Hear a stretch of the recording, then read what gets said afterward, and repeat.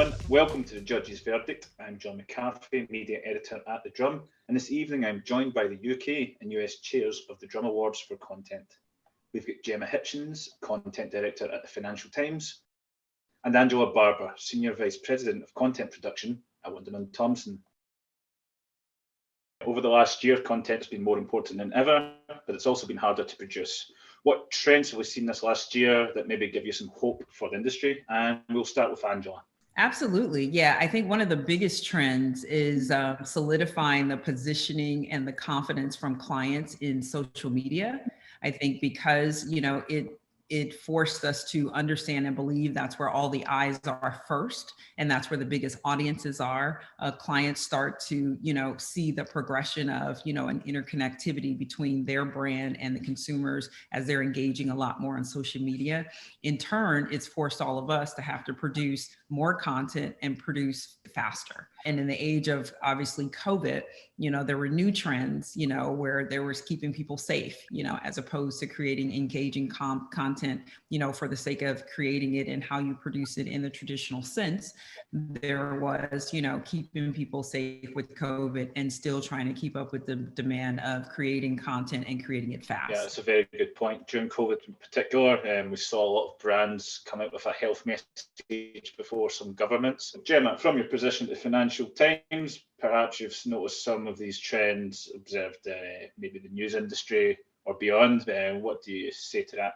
I kind of agree with Angela. I think there was a lot of noise out there, particularly at the FT. I mean, we saw subscriptions going up. People really wanted to consume content, wanted the content to be obviously trustworthy. And I think people were quite discerning in terms of a quality of content. So rather than just volume, everyone was spending a lot more time at home looking at content, looking at Twitter, looking at social feeds.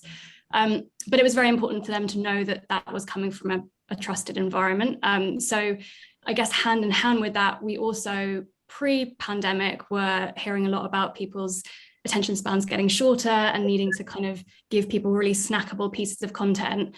And I actually think that the last year or possibly 18 months, we've seen that actually for a particular topic or when people have an interest in something, you can go longer form, you can really take the time to go deeper, and people will watch, listen, read that all the way through. So that's definitely something at the FT. We are actually kind of starting a longer form, we're hiring an editor at the moment to really make sure that we're covering that part of content creation in the best way.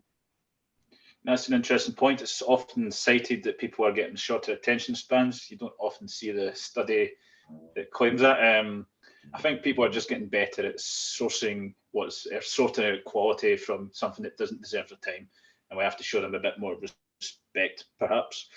So this is probably the hardest question I'll ask, but it's what piece of content over the last year sort of defined the year, for you, or was perhaps just the best piece of content? Because content is such a broad house, it could be anything from a news report to a meme. I don't know. We'll start with Angela first.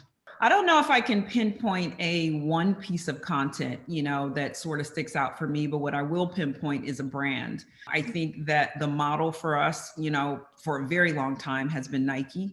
I think Nike gets it right. I think they're always on, whether it's inclusivity, whether it's messaging, whether it's what's happening in the world in real life events. I think they're always on and they always do it. And they don't wait for a moment in time to do that. I think last year was no different. I think the messages they put out, they hit hard.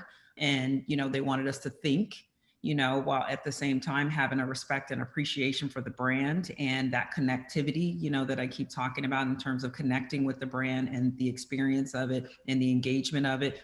People tend to, lean in, they tend to trust more, as Gemma says, and all of that, because there's such a consistency, with how they connect with their consumers.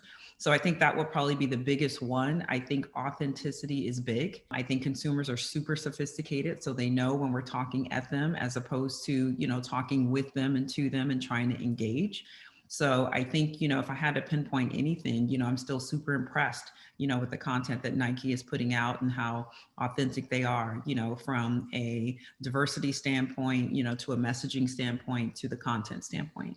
I mean, yeah, from our position, we're often having to choose the ad of the day, and we know if a Nike ad comes in that it's going to stand a really good chance. I can't work out whether their team's really, really fast at producing the content or whether they're just so confident that they can set the moment in time, go at their own speed.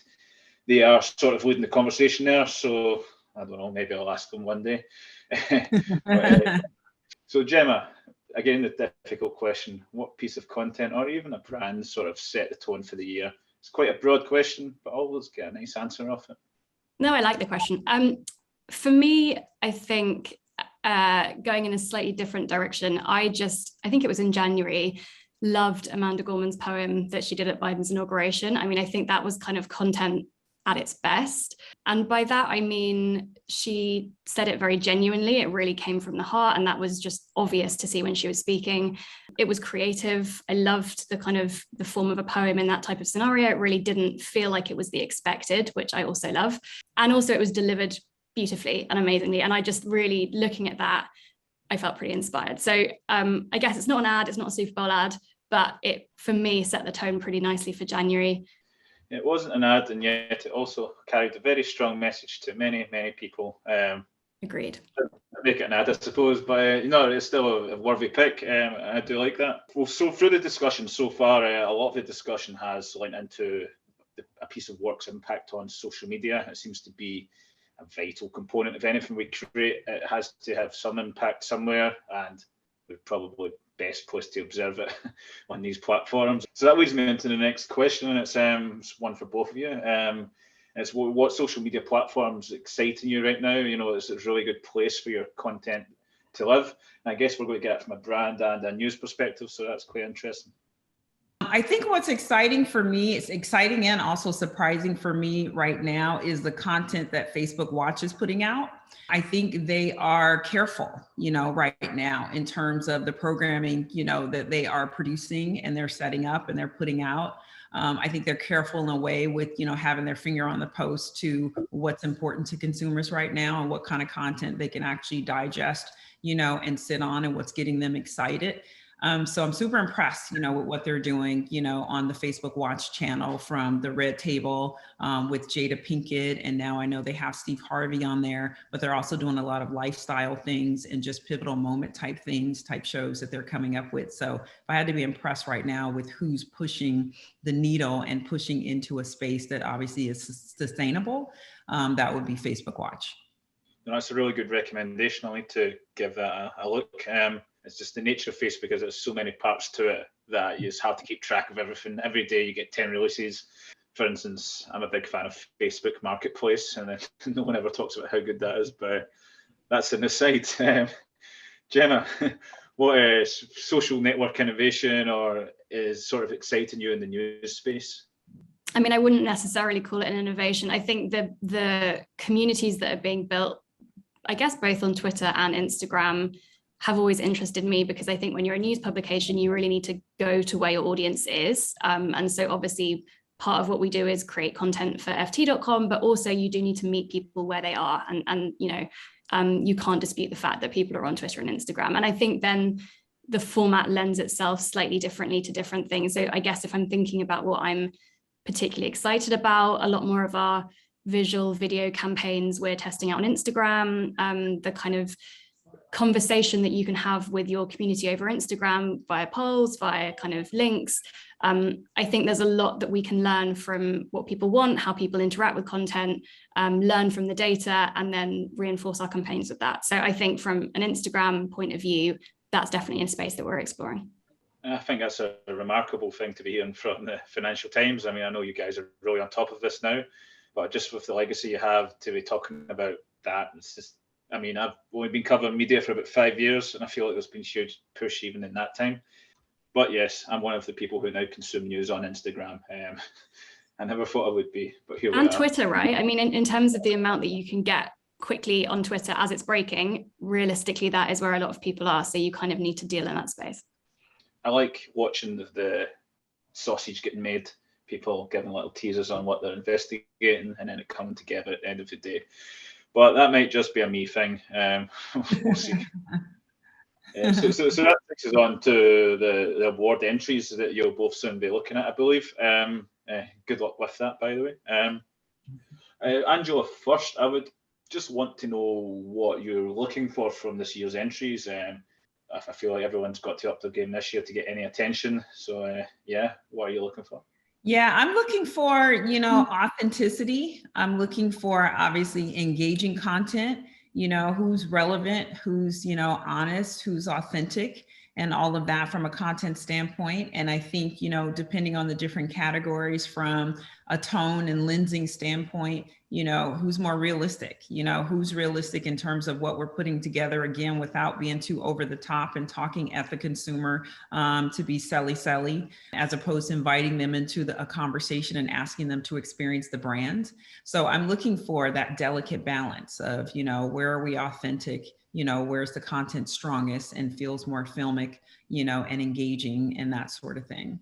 Also from Gemma, what advice do you have? And I hope it's not the exact same advice, and that I've been putting Angela first and she's been getting the best swing at the answer.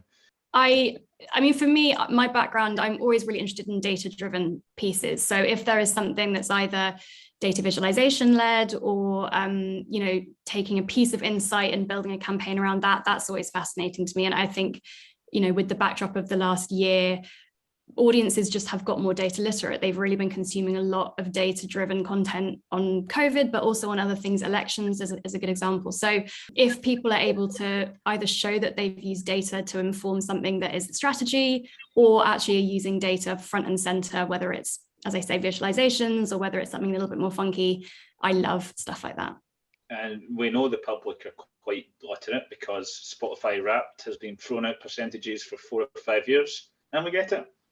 More data, please. Yeah, it's a good one. So the next question is maybe a bit harder, and it's what would you not like to see? For me, it would be, I'm talking about advertising again, but it would be anything that talks about the new normal. It's a Zoom call, much like this, and is sadly discussing the pandemic to sad piano music. This would probably be mine. But Angela, what would you not want to see this year? Straying away from the copycat stuff.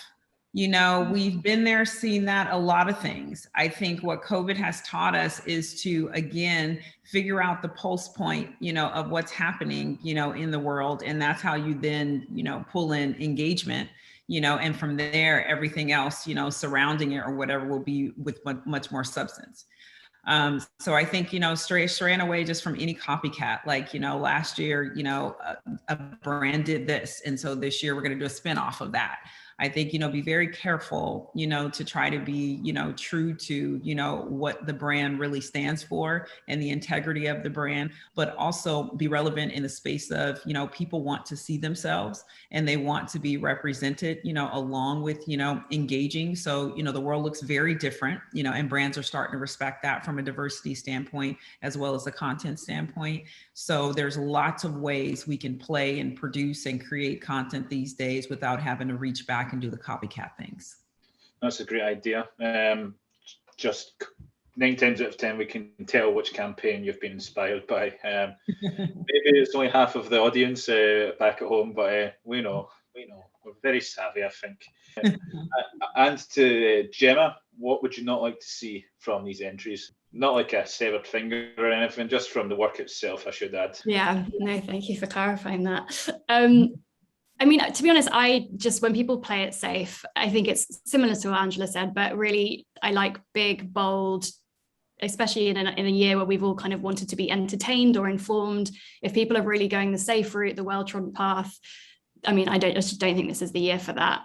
And I guess the other space would be, I kind of flipping what Angela said, if a brand's talking about something that is just not, their voice isn't additive to that conversation, I think that's kind of where I take a step back and I'm, not particularly impressed. So people, trying to understand where your brand can add, where you can authentically, rather than making noise, have something a little bit more that, the signal in the noise. I think that's always what's more impressive. Yeah, over the last year or so, we've really spotted the people that are making the noise and the ones that are actually doing the work have something to say and be doing something. Is a really good bit of advice for your content. Well, speaking of content, I think we've ran out of time for our content today. So I would like to thank both of you for your time. I'm looking forward to seeing your picks. For the viewers at home, thanks for watching our content. Share our content if you like it. Stop saying content. And I look forward to seeing you all at the awards. Thank you.